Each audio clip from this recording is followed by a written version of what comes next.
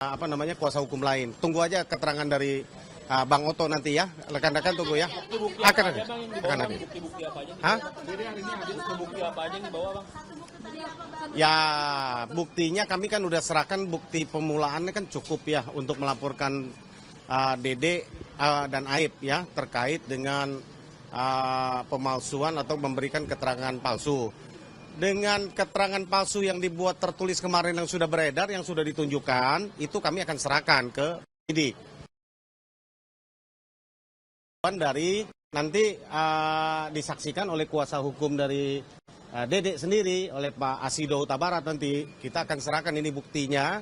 Dan juga ada nanti diperlukan apa, kami siap untuk menghadirkan bukti-bukti yang lain untuk membuktikan laporan kami bahwa saudara Dede dan Aib telah memberikan keterangan palsu ya, atau yang tidak benar. Nah, kemarin diperhatikan si Dede mengaku sudah berbohong. Itu atas perintah Ibtu Rudiana, benar? Tolong dijelaskan.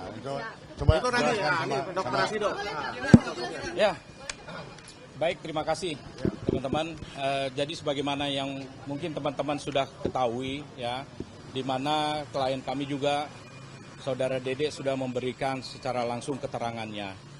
Jadi memang benar peristiwa yang disampaikan di dalam berita acara itu tidak pernah terjadi.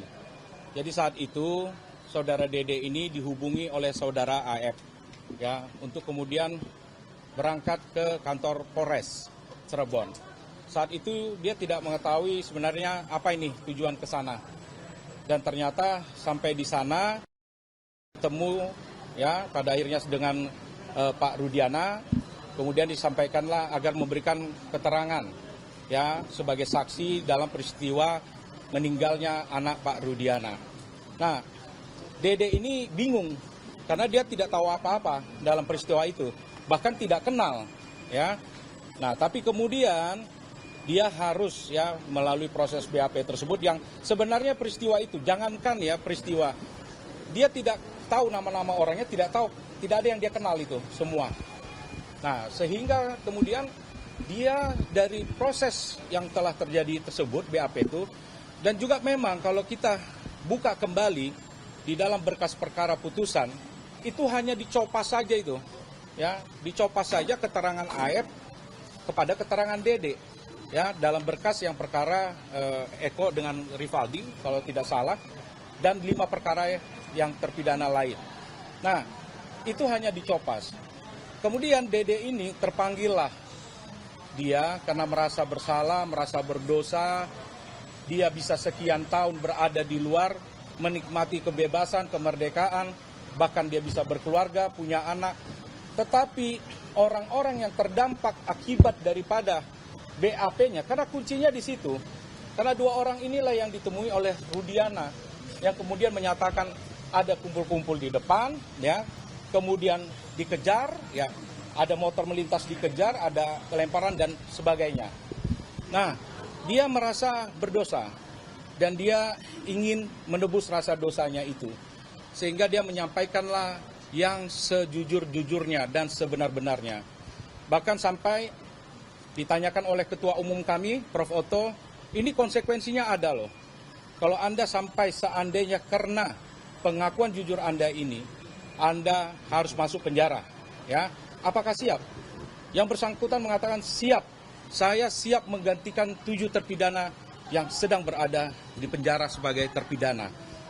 Dan saat itu dia menyampaikan bahwa perasaan dia jauh lebih lega ya daripada dia di luar, tetapi dia tahu atas perbuatannya sehingga teman-temannya ada 7 terpidana ya yang harus dipenjara seumur hidup. Jadi memang mengenai kasus ini sudah disampaikan sendiri oleh saudara Dede, tidak ada peristiwa itu. Ya. Atas perintah Ibtu Rudiana itu seperti apa, Pak? Bukti memperkuat pengakuan itu karena ini kan ibaratnya ada 2-1. Aib dan Ibtu Rudiana yang membantah, dan hanya Dede yang mengaku keterangan palsu itu. Ya, jadi sebenarnya runtutannya itu ada beberapa peristiwa ya. Jadi dari peristiwa di tanggal 25 ada, ya, yang mana sebenarnya di situ si Dede tidak ada, ya, terus ada peristiwa yang disampaikan pemukulan ya, karena ada memasuki perempuan lah, kira-kira begitu ya. Nah, terus kemudian ada dipukuli oleh warga di situ, yang kemudian AF ini merasa mungkin apakah balas dendam atau kecewa atas peristiwa itu. Lantas ketika bertemu dengan Rudiana, maka menyampaikan itu orang-orangnya ada yang nongkrong di depan SMP 11. Nah, namun kalau kembali kepada keyakinan itu, tentu ya ini sudah disampaikan sendiri oleh Dede. Ya, dia didampingi oleh mamanya ya sama kakaknya. Ya.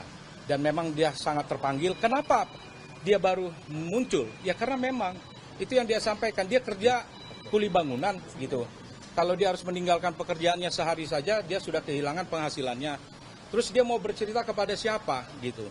Ya, dia punya rasa ketakutan.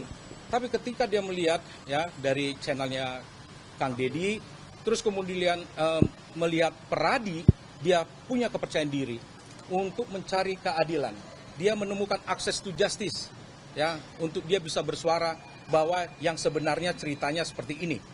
Itu. Bang, ini kan 2016, maksudnya semua itu kan berdasarkan dari pengakuan Dede dan yang lain-lain. Adakah bukti yang bisa abang sodorkan nanti untuk membantu polisi membuktikan pengakuan ini?